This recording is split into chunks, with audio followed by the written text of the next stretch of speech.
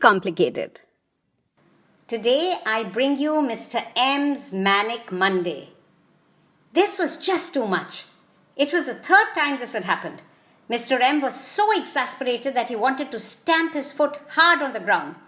But he dared not, because he was barefoot and the bathroom floor was wet. He groped for the shower control again, and this time his hand got entangled in his towel, which strangely enough seemed to have a mind of its own. And for a second there it seemed as if it was trying to shake his hand.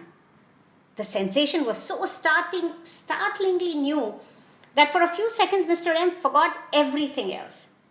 But then the puzzling thought that had started to form in his mind surfaced again. What was his towel doing where the shower control should have been?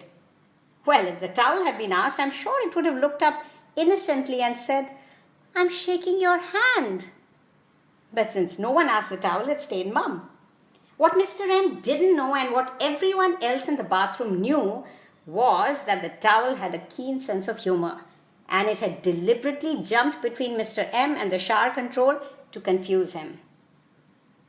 Meanwhile, Mr. M's befuddled brain under his scalp, where his sparse hair was enjoying a happy playtime, making soft peaks with the shampoo on it, quickly rummaged through all the information at its disposal and came up with a simple explanation, which flashed like a cracker going off in his head. Of course, while soaping himself and humming the tune he had heard on the radio that morning, he had somehow managed to turn and was now facing the towel instead of the wall with the shower control.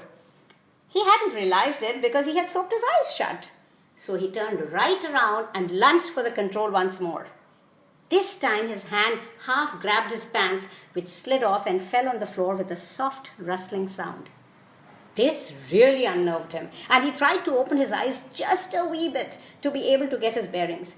But this was not a good idea, as the soap went in his eyes and stung him hard. "Ow!" he yelled as he danced from one foot to another, and then "Yah!"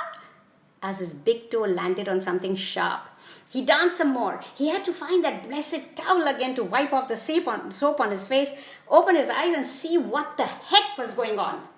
He stood cautiously now, with both feet planted on the ground, and swung from side to side at his waist with arms outstretched in an attempt to find the towel. This was such a funny sight that the jar of hair gel on the top shelf couldn't control itself anymore, and it burst forth into raucous laughter, knocking a bottle of a pinkish liquid which had been there so long that no one knew what it contained. It fell sideways on a nearly empty plastic bottle, which, because it was so light, bounced right off the shelf onto Mr. M's head, and from there to the floor, where it was scooped up by the moss green towel and handed to Mr. M's wildly flailing right hand. Mr. M paused for a second or two in the midst of the completely original dance form he was creating, and then flung the plastic bottle hard. It hit the mirror, which was not at all happy at being disturbed, and then fell in the wash basin. And there it lay after its exciting journey, smiling up at its friends who were peering down curiously from the top shelf. "Actually, it's rather nice to be here," thought the bottle. It had tired of the same view for so many months, and now enjoyed seeing the occupants of the other shelf as well, who cheered and waved to it. Right then, Mr. M's flailing right hand caught hold of the edge of the wash basin, and he hung on to it so hard that his fingernails started turning white. Fortunately for him, the wash basin didn't move and seemed the one sane thing in a bathroom gone crazy. He turned carefully and put his other hand on it too, then groped around for the tap, opened it carefully, and was grateful for the feel of water on his hands. He splashed it on his face repeatedly and then opened his eyes and looked around. There didn't seem anything wrong with the bathroom except that a plastic bottle lay in the wash basin and his pants and the towel lay on the floor. He put the bottle back on the top shelf and the clothes back on the rail. He wondered if he had imagined all those strange giggling and grunting sounds. Must have. He really shouldn't have had that 3-day stale slice of pizza which was lying in the fridge. The cheese had been smelly and must have made him feel momentarily giddy. Yes, that's what it was, he thought to himself again. Momentary giddiness.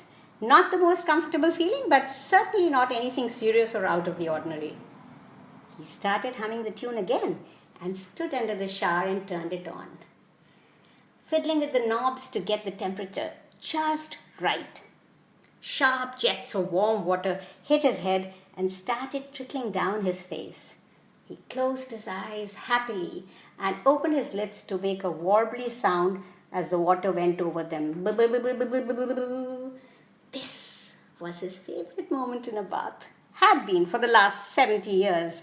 He was back in his childhood making warbly sounds accompanied by a rhythm of splat, splat, splashing, splat, splat, splashing with his feet. Suddenly he paused. There it was again. Of late, whenever he got to his favorite part in the bath, he would hear not just his own voice, but some other strange notes too.